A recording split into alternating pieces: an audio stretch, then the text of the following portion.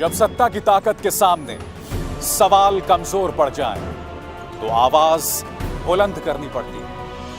बोल कि लब आजाद हैं तेरे। न्यूज क्लिक पर मेरे साथ। बोल के लब आजाद है तेरे, बोल ज़बां अब तक तेरी है।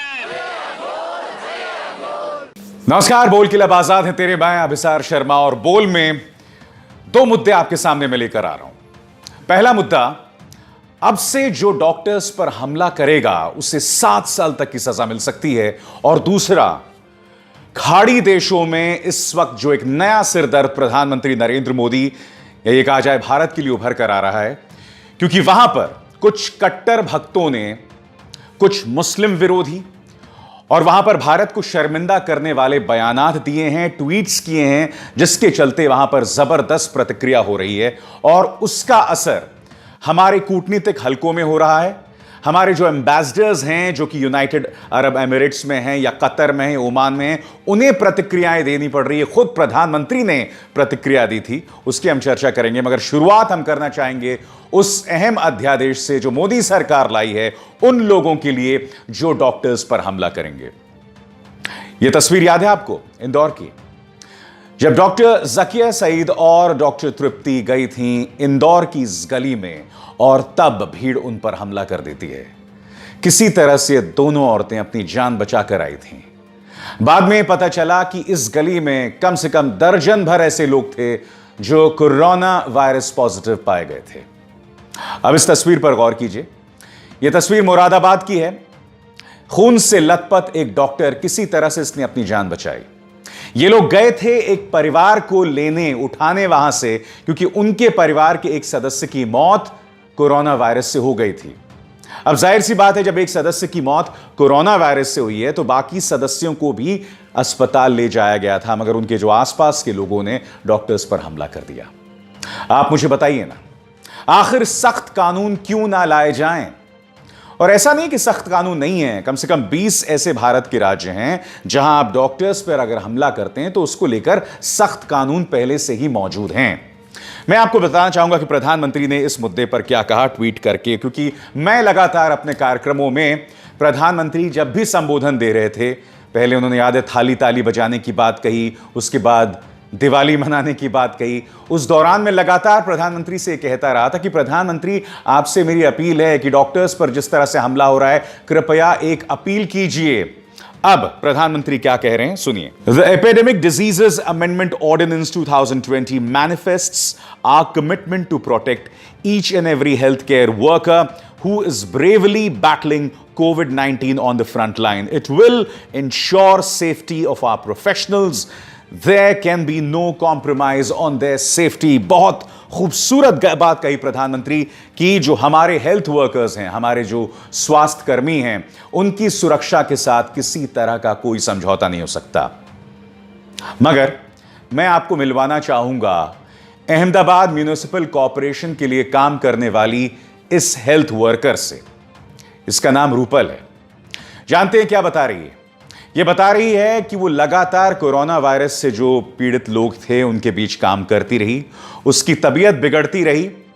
उसने लगातार ये बताया कि मैं शायद कोरोना वायरस पॉजिटिव हूं, और जब वो पता चला कि वो कोरोना वायरस पॉजिटिव है तो उसके साथ बदतमीजी की गई। क्या कह रहे ये रूपल, उसकी रुदाली सुनिए, उसकी दर्द भरी आवाज सुनिए।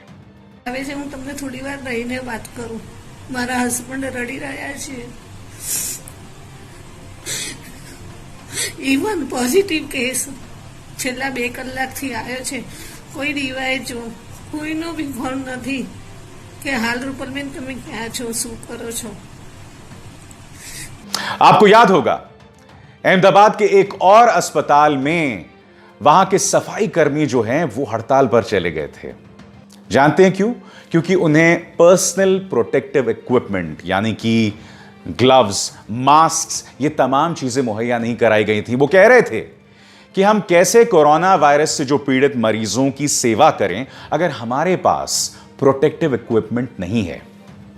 बहुत खूबसूरत बात की है प्रधानमंत्री आपने और सरकार ने कि आप डॉक्टर्स पर जो लगातार हमले हो रहे हैं उसको लेकर आप कानून लेकर आए हैं, मगर उससे भी बहुत जरूरी बात है कि आप पर्सनल प्रोटेक्टिव इक्विपमेंट पर जो देश भर से डॉक्टर्स की आवाज आती रही है, कृपया उस पर ठोस कदम उठाएं।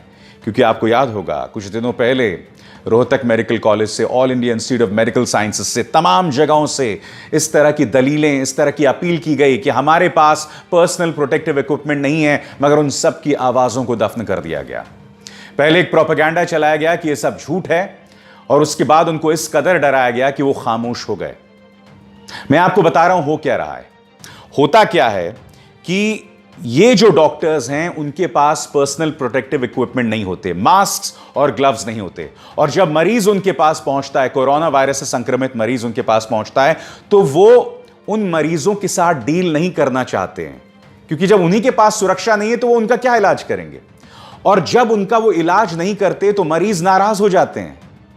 तो आप मुझे बताइए, मरीज नाराज है, मगर क्या सरकार अपनी भूमिका से बच सकती है? दो सूरतें हैं, एक तो इंदौर और मुरादाबाद वाली, जहां डॉक्टर्स जा रहे हैं उनके साथ आप बदतमीजी कर रहे हो।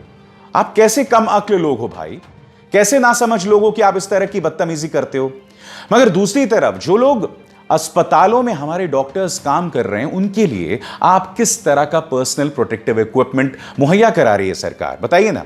सरकार की जवाबदेही इस मुद्दे पर कहां है? सरकार को पूरी तरह से इस मुद्दे से बच जाती है, क्योंकि इस मुद्दे को लेकर मीडिया भी सवाल नहीं उठाती।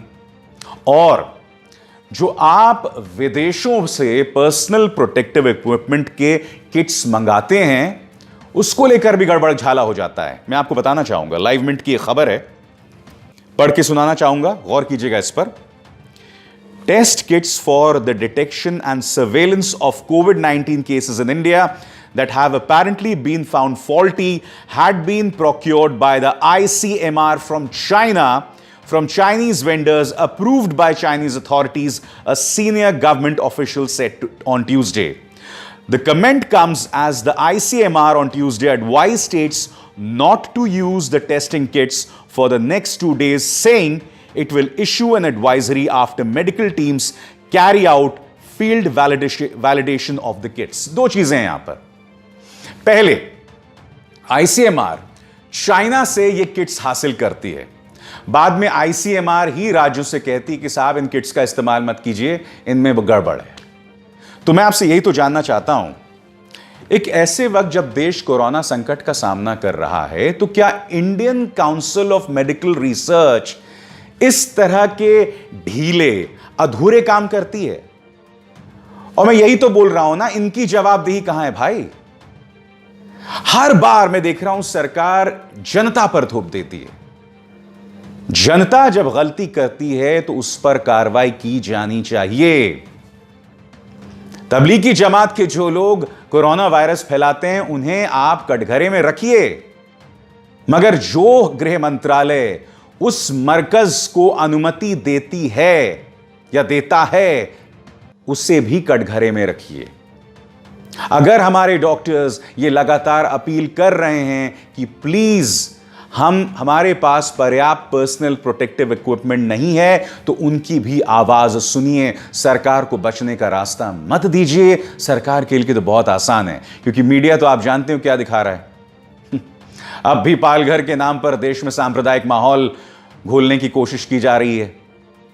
अब भी न्यूज चैनल्स के जरिए समुदाय विशेष के सोशल बॉयकॉट की जमीन तैयार की जा रही है, और कई जगह पर जो हो भी रहा है। मगर आप सवाल उठाइए कि हमारे डॉक्टर्स के पास पर्सनल प्रोटेक्टिव इक्विपमेंट क्यों नहीं है? एक बहुत ही अजीबोगरीब हालात हैं। हम ये जंग लड़ रहे हैं, मगर हमारी प्राथमिकताएं कुछ अजीबोगरीब दिखाई दे रही हैं। हमें अपनी प्राथमिकताओं पर जोर देना होगा, क्योंकि देखिए, यह मत सोचिए कि मामला जो है देश के अंदर निपट जाएगा। अब जो मैं दूसरे मुद्दे की आपसे बात करने जा रहा हूं ना, देश की बदनामी विदेशों में हो रही है। जी हां, मध्य पूर्व के देशों में एक जबरदस्त प्रतिक्रिया आई है, और मैं आपको बताता हूं क्यों।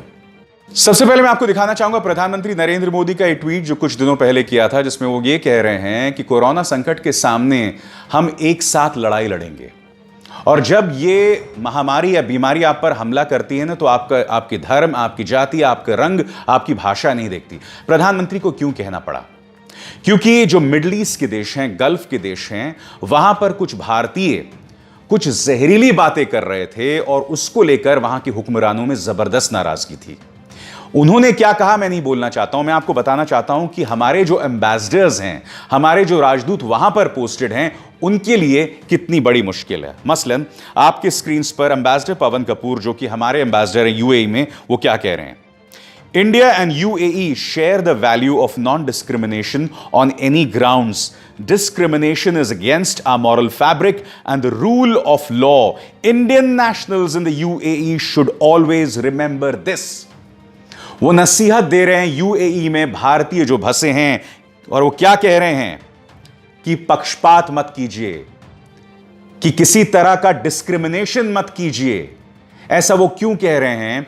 क्योंकि कुछ भारतीय जो कट्टर समर्थक हैं, भक्त हैं, वो लोग जहरीले बयान दे रहे थे मुसलमानों के खिलाफ।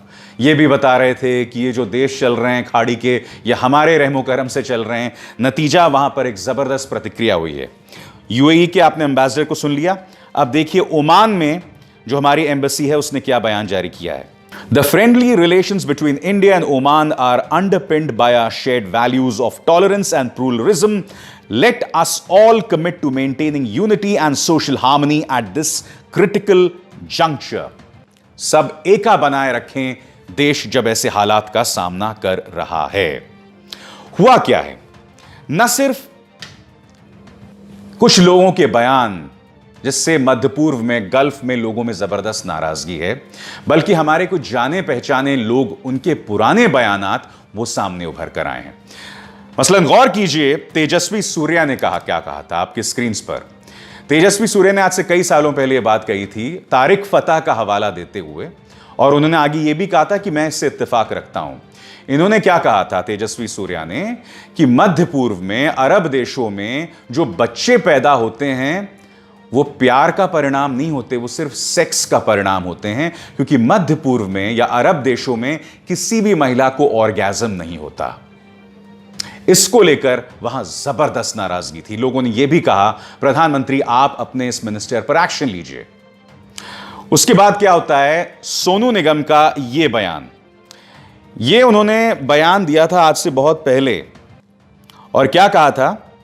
God bless everyone. मैं एक मुसलमान नहीं हूं, मगर मुझे अजान के जरिए क्यों उठाया जाता है? यह जबरदस्ती का धर्म थोपना भारत में आखिर कब बंद होगा? उसके बाद वो ये भी कहते हैं कि मोहम्मद ने जब इस्लाम बनाया था तब बिजली नहीं थी, तो मुझे इस कोलाहल का, इस शोर का सामना क्यों करना पड़ रहा है एडिसन के बाद? क्या यह इस्लाम विरोधी है? मुद्दा वो नहीं है। देखिए, अगर कोई कह रहा है कि भाई मैं अजान की वजह से सो नहीं पा रहा हूं, हो सकता है भाई नहीं सो पा रहे हो, मैं उस पर पढ़ना ही नहीं चाहूंगा कि इस्लाम विरोधी है कि नहीं। मगर आप जानते हैं इस वक्त सोनू निगम दुबई में है। अजीबोगरीब इत्तेफाक है, दुबई में है, और अब उनके पुराने ट्वीट्स डिस्कवर किए जा रहे हैं। अगर सोनू निगम को लगता ना कि ये संदेश जो है वो इस्लाम विरोधी नहीं है, मुझे नहीं लगता, मेरे पास कोई प्रतिक्रिया नहीं है कि इस्लाम विरोधी है भी या नहीं है। जैसे मैंने कहा ना कि अगर मेरे घर के साथ में कोई मंदिर है या मस्जिद है और उसकी वजह से मेरे घर में शोर हो रहा है, तो जाहिर सी बात है मैं कैसे सोऊंगा। मगर नतीजा क्या हुआ कि सोनू निगम ने क्या किया कि अपने ट्विटर अकाउंट को ही डिलीट कर दिया, क्योंकि वो इस वक्त कहां है? वो इस वक्त मौजूद हैं दुबई में, और दुबई में बैठकर आज वो ये भाईचारा का संदेश दे रहे हैं। कैसे? आप सुनिए। अस्सलाम वालेकुम, हेलो, नमस्कार, this is Sonu here, Sonu Nigam. किल आम व अंतुम बखैर। My friends, we are going through tumultuous times. Never in our wildest dreams did we ever imagine we'll be seeing such times.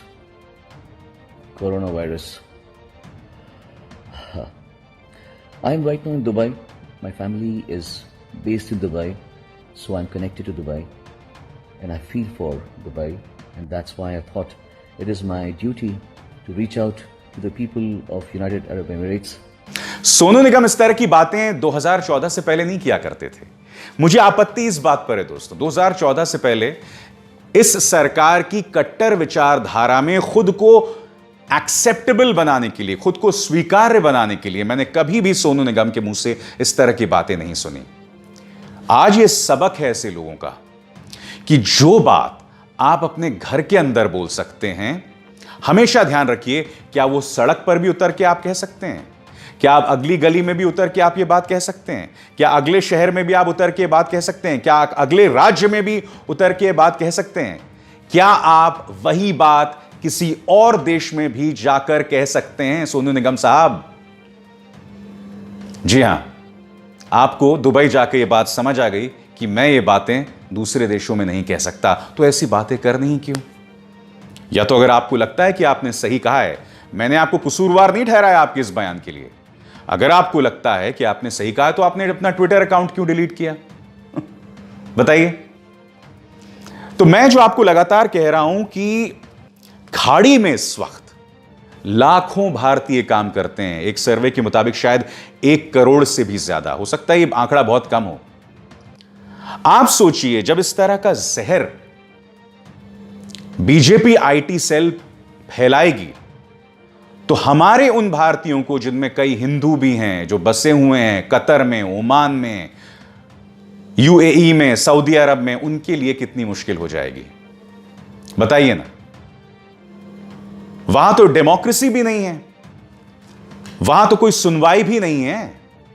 आप सोचिए, जब आप इस तरह की जहरीली बातें करते हैं, मैंने कुछ 2 रुपए प्रति ट्वीट पर बिकने वाले बीजेपी आईटी सेल के कुछ लोग, वो लोग क्या कर रहे थे, उन्होंने अपने लोकेशन को जानबूझकर कुवैत या कोई मिडिल ईस्ट कंट्री कर दिया, और उसका मकसद ये था कि हम जानबूझकर अपने अकाउंट से जहरीली बातें करें मुसलमानों के बारे में, और फिर हमारी वहां शिकायत हो और वहां बेवजह का असमंजस फैले।